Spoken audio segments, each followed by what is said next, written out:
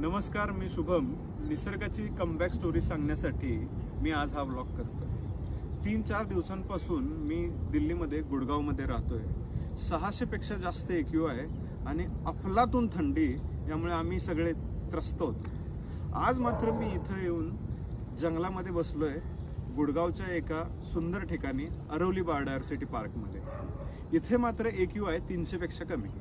याचं एकमेव कारण इथं झालेलं रिस्टोरेशनचं काम.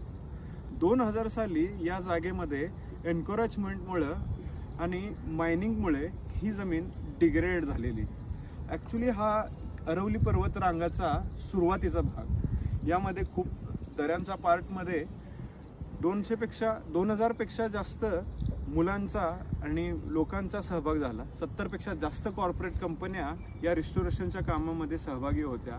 IM गुडगाव नावाच्या एका स्वयंसेवी संस्थेनं पुढाकार घेऊन घेतलेलं हे काम इतक्या उत्तम प्रकारे झालं आहे. आणि असं काम, अशा ही जंगलं आणि बायोडायव्हर्सिटी पार्क्स मोठ्या प्रमाणात मेट्रोपॉलियन सिटीमध्ये झाल्या तर तिथल्या AQIचा प्रश्न मोठ्या प्रमाणात सुटू शकतो.